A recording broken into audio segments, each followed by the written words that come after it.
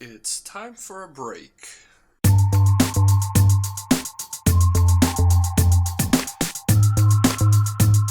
Well, now that we've had our break, it's time for the break statement. We've seen the break statement used in switch statements. It helped end the execution of the switch statement. Well, it can be used in each of the loops that we just covered as well. So for example, in the while, DoWhile, for, and foreach loops. So let's start off by creating an array, and we'll call it favorite programming language. We'll initialize the array. So the first one, we can write Java, for example, JavaScript, PHP, C, C Sharp, and maybe C++, since we're on the C languages.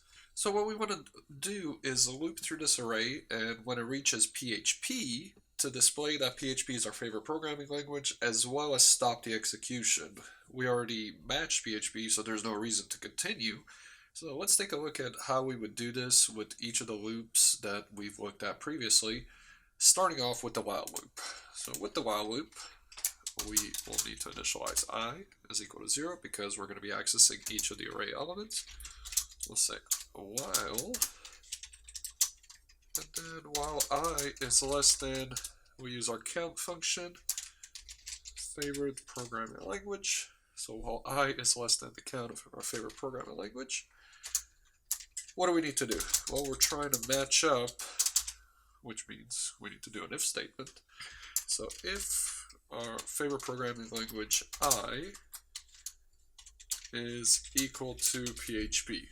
I know I'm kind of going through this fast, but we already covered while loop, so basically all it's doing is it's looping through each array element, and it's basically checking each array element, right? So it says, is Java equal to PHP? Is JavaScript equal to PHP? Is PHP equal to PHP? Once it matches, and like I said, we're going to echo out PHP is our favorite, and we want to end execution. So we end execution with the break statement. So at that point, it will not continue, it will just basically exit this loop. So I'll kind of walk you guys through it once more. We'll start off at I is equal to 0, while I is less than the count of a programming language array. It's going to check every single time. So is favorite programming language 0, which is equal to Java equal to PHP? No. So continue past the if statement, closing tag, and increment I. Now it's at index equal to 1. Is JavaScript equal to PHP? No. Skip over all this. Now it's equal to 2. And then it's finally going to say, is PHP equal to PHP? Yes, PHP is our favorite. And then it's going to break, which means it not only will not execute this statement, it's actually going to go past this close and brace and continue on downwards. So let's go ahead and open up our browser, open up our break statement, and there we go. It says PHP is our favorite, and it did not display anything else.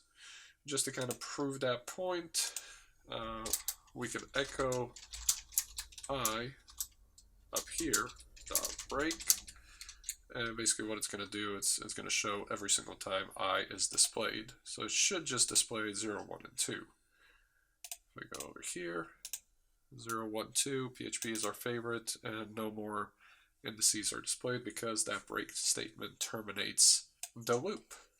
Alright, so we've seen how to do this with the while loop.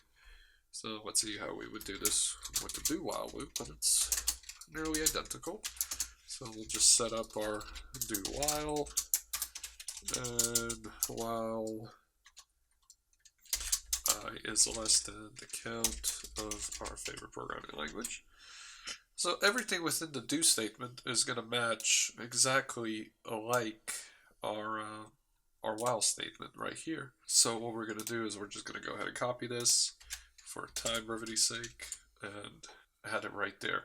So in the do while loop, like I said, it's almost identical, as you know, as the while loop. So it's just going to do, it's going to check, and then it's going to increment, and then it's going to check to see if this expression still holds true. If it does, it's going to keep doing that up until it reaches PHP is our favorite, and then it's going to break. So let's go ahead. What I'll do up here is I'll echo DoWhile loop. Well, I guess I can just do the whole thing in here. And up above this whole thing is, I'll say while loop, just so we know where we are, what kind of loops we're doing. And if we refresh while loop 0, 1, 2, PHP is our favorite, and then do while loop, PHP is our favorite. And I guess what we can do is just to kind of move it out a little bit, add a break tag in each one of these statements as well, inside the while loop and inside the do while loop. If we go back, refresh, everything should be moved down. Yep. Alright, so let's take a look at it inside a for loop. For loop, you know the structure. For I is equal to 0, well, I is less than the count of our favorite programming language. And then after each loop body, we're going to increment I. And we're just going to go ahead and copy this part, paste it in here, and it's going to say if favorite programming, same thing as before. And above this, we'll just go ahead and echo out for loop break. So, same thing. I mean, you know how loops work, and I'm just introducing you to the break statement, and I guess a bit of a refresher from our previous videos. So you could just input it again there inside the break, inside the for loop, and it should terminate. So if we go over here and refresh, there it is, for loop, PHP is our favorite. And I guess the last loop that we're going to be covering is the for each loop. So the for each, remember, we're going to have to modify the syntax just slightly because we're going to be using for each loop. So for each favorite programming language as language, remember this is a value, we can name whatever we want. We're going to say if language is equal to PHP, well then what are we going to do? We're going to echo PHP is our favorite break, and then we're going to execute the break statement. So once again, it's going to loop through each array element. Once the value is found, it's going to echo out PHP is our favorite, and then it's going to exit the for each loop. So let's take a look at our browser, and there we go. For each loop, PHP is our favorite. So while we're on the topic of break statements, I guess what we can do is recap the break statement as is used in the switch statement. So let's create a variable called number of subscribers. And as of this recording, last time I checked, I have 281. And according to my calculations, I need a lot more in order to quit my job. So what we'll do is we'll go ahead and do the switch structure. We'll say number of subscribers is the value that's going to be passed, and then we're going to match it.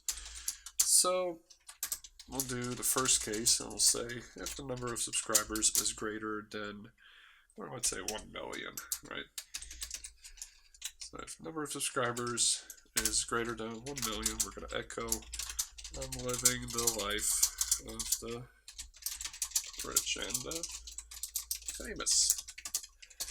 And then we'll use our break tag to prevent the program from executing any statements below this case statement. So as soon as it matches this, it's going to end right here. And I sure as heck hope that it actually matches this. Alright, next case. If the number of subscribers is greater than or equal to, let's say, 100,000, then echo I quit my job today, which I want to do desperately.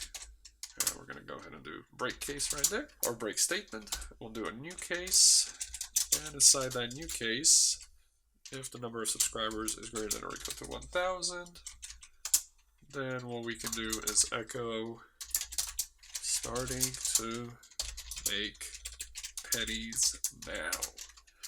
And again, we'll go ahead and do our break. And then default, because as of right now, none of these are matching. We just want to match everything. Echo, keep your day job. So if we kind of recap and look over this, the first case is matched, this is displayed, break statement is called, and everything else is skipped underneath here. Second case is matched, this statement is displayed, break statement is called, everything below this is skipped. So then, let's say I have 1,000 or 1,001 subscribers. At that point, it's going to start looking through here. It's going to match this one, execute this echo statement, call the break statement, prevent it from doing everything else below that.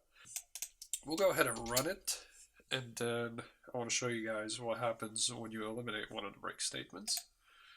So we'll go ahead and refresh, and keep your day job is what I end up getting. Now let's see what happens if, for example, I eliminate this break statement, right? And let's just eliminate all of them. Or actually, yeah, let's eliminate all of them. So in this case, it doesn't matter if it matches this one, it'll execute all these statements. If it matches this one, it'll execute all these, everything that's underneath. If it matches this one, these two. If it matches this one, finally we'll just execute that one. And we'll modify it to 1,200,151 subscribers. That is the goal right after this video. That's where I'm expecting to go. Okay, let's go ahead and refresh. As you can see, everything just piled on. I'm living the life of the rich and the famous. I quit my job today. I'm starting to make pennies now. And keep your day job, which just does not make any sense whatsoever. So what we're going to do is put our break statements back. We'll go ahead and run this with, let's say, 100,000 or 1,250,000 or 521. Okay, if we refresh, see, I'm living the life of the rich and the famous, which is the kind of life that I want to be living. That's it for break statements. There is one additional statement that can be used inside the loops, and that's called continue, and we will cover that in the next tutorial.